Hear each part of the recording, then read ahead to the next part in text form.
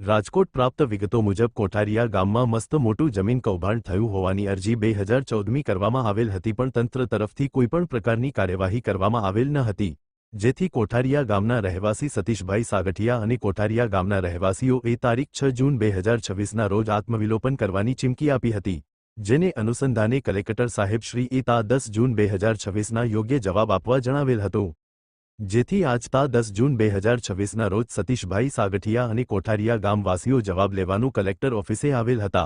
બાદ સાહેબે તેમણે સાંભળ્યા અને ડીડીઓ સાહેબને આ બાબતે કાર્યવાહી કરવા જણાવ્યું હતું.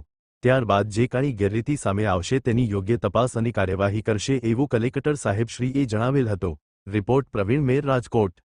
કલેક્ટર સાહેબને રજૂઆત કરી હતી કે મફત ગરથાળ પ્લોટ અને 1835 એકર જે સરકારી ખરાબાની જમીન છે એમાં ગેરરીતિ થયેલી છે. એ બાબતે કલેક્ટર સાહેબે એમ કીધું કે મફત ગરથાળ પ્લોટને તપાસ માટે ડીડીઓ સાહેબને આદેશ આપ્યા છે અને ડીડીઓ સાહેબ એનો તપાસ કરીને અહેવાલ રિપોર્ટ આપશે.